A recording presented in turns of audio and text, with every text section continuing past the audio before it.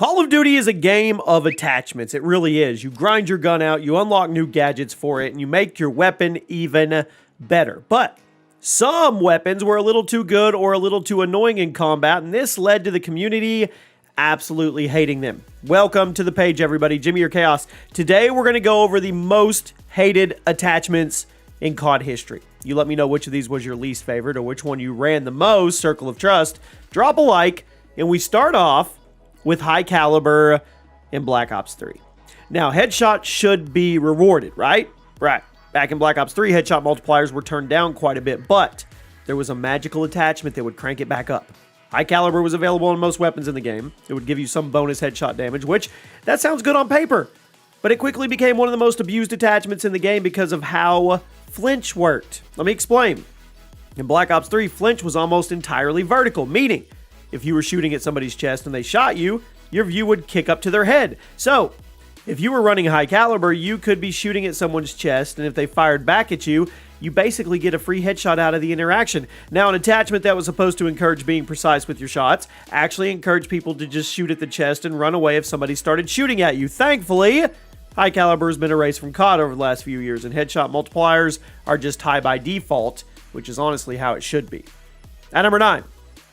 Hollow Point in Vanguard. Now, a few COD games have different ammo types throughout the years, but Vanguard went crazy. They added multiple ammo types for almost every gun in the game. One of those ammo types is Hollow Point, which was rapidly become one of the most hated things in the game. Now, when you're using HP, Hollow Point, rounds on a weapon, your shots would not lose damage when hitting somebody's limbs. Normally, shooting someone in the arms or the legs, it deals less damage than the chest, but when Hollow Point is used, it doesn't happen.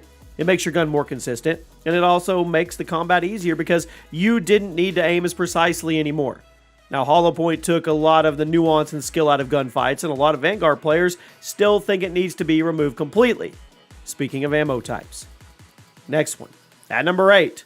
Frangible in Vanguard. Another ammo type, it's arguably even more annoying. When you use these rounds, your target will flinch more than usual, and it will slow down their movement, and it will delay their healing. So basically, if someone shoots you with these rounds, you're going to die no matter what, because the increased flinch makes it almost impossible to fight back, the slowed movement makes it almost impossible to get away, and the delayed healing makes it so even if you do get away, you're one shot from dying, and it's just not going to work. Next person's going to clean you up. Frangible rounds are super annoying, and while they don't affect your damage like Hollow Points, they took even more skill out of the gunfight. The ammo types add way too much randomness to Call of Duty if you ask me, because you never know what other people are using, and they just do way too much. At number 7, the Strobe Light in Black Ops 4. This operator mod appeared on the SG-12 shotgun. It was one of the most talked about elements of the entire game, a light, a flashlight. By holding down the left trigger, you could activate a strobe light on the end of your gun, effectively flashing anyone who got too close to you, at which point you would blast them in the face. The SG-12 was a semi-auto shotgun with pretty decent damage, so adding a strobe light to the mix, well, it just made things even more obnoxious and abusable, especially in hardcore modes. Thank goodness, this thing was only available on one gun, but that one gun, it was really easy to spam and get cheap kills with, so the strobe light just made matters worse. I mean, getting killed by spam shotguns is bad, but it's even worse if you couldn't see that the spam shotgun was coming. At number 6, a Kimbo in most every COD. Now, a Kimbo isn't technically an attachment, I know. It's classified as one in your class menu, so it's getting a spot today. Now, Kimbo weapons are pretty awesome to look at and definitely makes you feel like a beast, and it's really annoying to get killed by somebody using double weapons. Now, when you're running 2 guns at once, you get double the damage, but you sacrifice your ability to ADS, meaning your aim is largely randomized. Now, for that exact reason, it can get pretty frustrating to get killed by somebody running around spamming triggers, basically just playing the numbers game. I mean, if you spam enough bullets, you're mathematically going to hit a decent amount of shots. Then we have the whole can of worms that is Akimbo shotguns. I think you can see why I put Akimbo on the list. Again, it's really fun to use these, and it makes you feel like a boss, but they're super frustrating to get killed by, and I think they deserve to be on the list of most hated attachments. At number 5, the grenade launcher in COD 4 in Modern Warfare 2. The infamous Noob Tube. Underbarrel grenade launchers debuted in COD 4. They were strong. Then someone over at Infinity Ward had this bright idea to bring them back and buff them even more in Modern Warfare 2, which led to the now infamous levels of spam. After Modern Warfare 2, COD devs started quietly nerfing their grenade launcher attachments, but back in those games, they were some of the most frustrating things ever. The grenades traveled a long way. They were super easy to aim, and they had a very generous blast radius. In Modern Warfare 2, you could endlessly resupply with one-man army or scavenger, although thankfully there was no way to do it in COD 4. The old school noob tubes are ridiculous, but if I'm only putting them at number 5, you best believe there are some really, really bad attachments coming.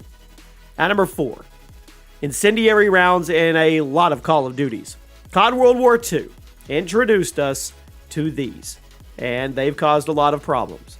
Fire rounds usually decrease your immediate damage, but give you a burning effect that lasts a second or two after you pull the trigger, often finishing the enemy off.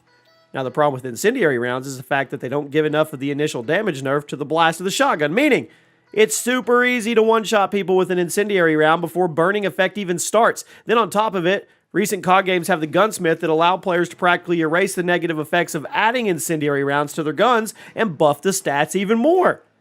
IR rounds are insanely annoying, and I really don't think they need to come back. I mean, they created balancing issues in literally every COD they've been part of. They should go in the COD vault. At number 3, the heartbeat sensor in MW2 and MW3. It's a tactical equipment piece in Modern Warfare 2019 and Warzone. But back in the old days, it was an attachment. You could put it on your gun, and man, people hated it. Much like Warzone's heartbeat sensor, this version of both of these games was a little tablet that would blip every few seconds and reveal nearby enemies. Now, it's annoying enough in Warzone when you have to pull it out and put your gun down. Back in those days, you could just attach it to your gun and have it on your screen at all times. This is part of the reason why Assassin Pro was so heavily used in Modern Warfare 3. Now, this was pretty ridiculous as an attachment, and I'm very glad the COD devs made it an equipment piece instead. I mean, come on. Everybody knows. At number 2, the Skull Splitter in Black Ops 4. Another operator mod. This one actually turned a pistol into one of the best guns in COD history. It was only available on the Mozu, right? Everybody remembers the revolver. But it was so strong. Insta-kill to the head. Didn't matter how much health or armor your enemy had. Didn't matter how far away they were. As long as that bullet connected with their dome, they were gone.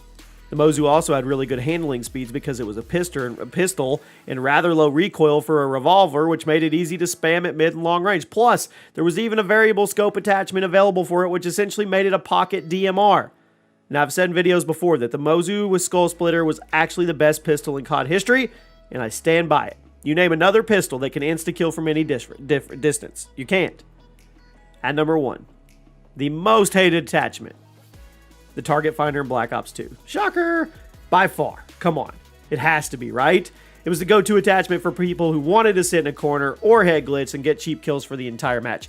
Low zoom optic, put a big old red diamond around the enemy that ran into view, giving you a giant target to shoot at and completely blowing their cover. Plus, there was no consequence for it. It didn't obstruct your peripheral. It didn't make it harder to find untargeted enemies. There's literally no consequence to running Target Finder.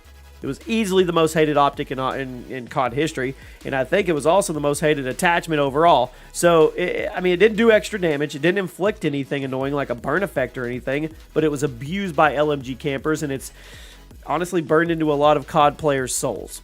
I mean, I hated it. You hated it. I'm giving it the number 1 spot today. There you have it. Those are the most hated attachments in COD history. Let me know one that we did not say, and I'll see you soon.